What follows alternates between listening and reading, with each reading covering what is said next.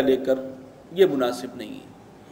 یہ اصل میں اب جو آخری معاملہ تھا غزوہ بدر کے حوالے سے کہ جو بدر میں 70 قیدی بھی آئے تھے مشرکوں کے، ان کے ساتھ جو معاملہ کیا گیا اس پر اللہ تعالیٰ کی طرف سے بڑی سخت گرفت یہاں پر آ رہی ہے۔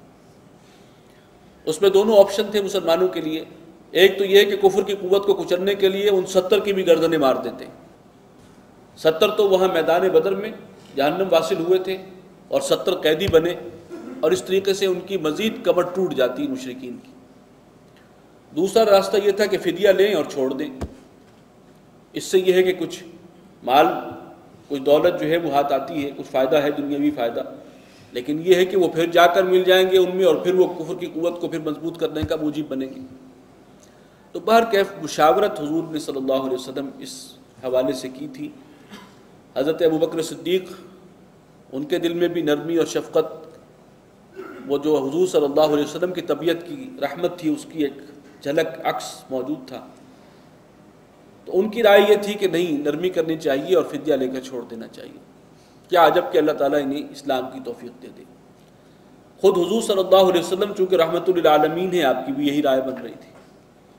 حضرت عمر رضی اللہ تعالی عنہ جو ہے، وہ جو دوسرا گروپ تھا وہ اس کو لیڈ کر رہے تھے کہ نہیں، ان کو ختم کیا جائے اور کفر کی قوت کو کچل دیا جائے، اور جس کا جو عزیز قیدی ہو کر آیا ہے وہ اپنے ہاتھ سے اس کی گردن مارے۔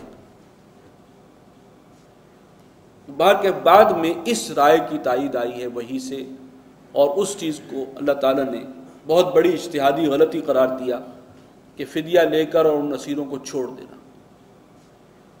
ما کان لنبی ان یکون لہ اسریٰ، کسی نبی کے لیے یہ نہیں ہے مناسب شایان شان کہ وہ اپنے لیے قیدی رکھے، حتیٰ یسکن فی الارض، جب تک کہ خوب خونریزی نہ کر لے زمین میں، یعنی کفر کی قوت کو جب تک اچھی طرح کچل نہ دے۔ تریدون عرض الدنیا، اب جن مسلمانوں کے ذہن میں مشورہ دیتے ہوئے یہ خیال تھا کہ چلو کچھ پیسے ہی آج ہاتھ آئیں گے، انہیں فرمایا کہ تم لوگ دنیا کے مال و اسباب کے طلبگار ہو، مال و دولت پر تمہاری نگاہ ہے، واللہ یرید الآخرہ، اللہ تعالیٰ تو بس اس کی نگاہ میں تو ایک ہی شے ہے، وہ آخرت ہے۔ واللہ عزیز الحکیم، اللہ غالب زبردست ہے، حکمت والا ہے۔ لولا کتاب من اللہ سبق، اور اگر ایک بات پہلے سے اللہ کے ہاں طے شدہ نہ ہوتی، لمسکم فیما اخذتم عذاب عظیم، تو اے مسلمانوں جو فدیہ تم نے لیا ہے اس کے سبب تمہیں پر ایک سخت بڑا عذاب تمہیں پہنچ کر رہتا۔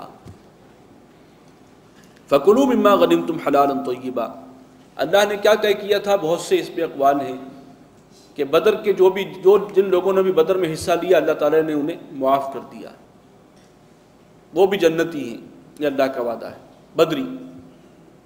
اسی طریقے سے یہ بھی ہے کہ اجتہادی غلطی پر سزا نہیں ہے اللہ کی طرف سے، تو یہ ایک اجتہادی خطا تھی، تو بہرکیف یہ تھی بہت بڑی خطا۔ بہرحال اب فَكُلُوا مِمَّا غَنِمْتُمْ حَلَالًا طَيِّبًا، اب کھاؤ پیو جو بھی تمہیں مال غنیمت ملا ہے، یہ حلال اور طیب ہے تمہارے لیے، اس کو اب استعمال کرو۔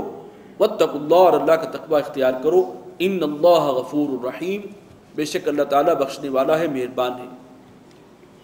یا ایھا النبی قل لمن فی ایدیکم من الاسریٰ، اے نبی جو قیدی آپ کے قبضے میں ہیں آپ ان سے کہہ دیجئے صاف صاف، ان یعلم اللہ فی قلوبکم خیرا، اگر اللہ تعالیٰ تمہارے دلوں میں کچھ خیر دیکھے گا، کوئی بھلائی پائے گا، یؤتکم خیرا مما اخذ منکم، یعنی اگر تم دل سے اسلام کے قائل ہو جاؤ اور ایمان لانے کا تم طے کر لو، تو جو کچھ تم سے لیا گیا ہے یہ فدیہ، اللہ تعالیٰ اس سے کہیں بہتر تمہیں واپس لوٹا دے گا۔